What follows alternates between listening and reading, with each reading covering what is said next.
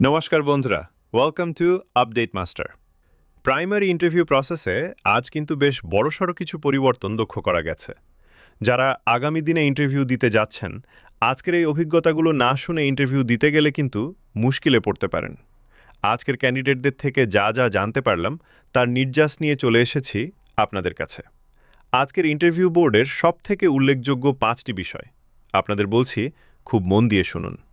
প্রথমত, মানসিকভাবে প্রস্তুত থাকুন যে একটা ডেমোতেই কিন্তু আজ কাজ মিটছে না।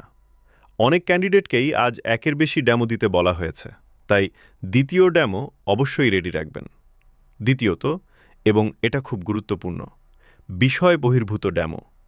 ধরুন আপনার স্পেশাল সাবজেক্ট ইংরেজি, আপনি হয়তো সেটার উপরই প্রস্তুতি নিয়ে গেছেন, কিন্তু আজ দেখা গেছে ইংরেজি বা বাংলার ছাত্রছাত্রীদেরও হুট করে অঙ্ক বা পরিবেশ থেকে ডেমো দিতে বলা হচ্ছে।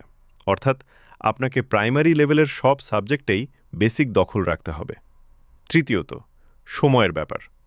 আজ সেন্টারে ক্যান্ডিডেট সংখ্যা কিছুটা কম ছিল, কিন্তু তার মানে এই নয় যে অফুরন্ত সময় দেওয়া হচ্ছে। বিশেষ করে ডেমো দেখানোর জন্য খুব সীমিত সময় পাওয়া যাচ্ছে, তাই যা দেখাবেন দ্রুত এবং স্পষ্ট হতে হবে। চতুর্থত, মাল্টিটাস্কিং। আপনি যখন ডেমো দেখাচ্ছেন বা বোর্ডে লিখছেন, ঠিক সেই মুহূর্তেই বোর্ড মেম্বাররা আপনাকে প্রশ্ন করছেন। অর্থাৎ রানিং ডেমো চলাকালীন উত্তর দেওয়ার মানসিকতা তৈরি করে যান। এবং শেষ পয়েন্ট, উত্তর দেওয়ার কৌশল। কোনো প্রশ্নের উত্তরই আজ দীর্ঘায়িত করা বা ভুনিতা করা পছন্দ করছেন না ওনারা। যা জিজ্ঞেস করবেন একদম টু দ্য পয়েন্ট উত্তর দিন।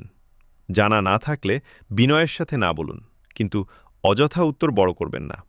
তো বন্ধুরা, সারমর্ম হল সব বিষয়ের ওপর একটু ঝালিয়ে নিন আর কনফিডেন্সের সাথে ছোট করে ডেমো দিন।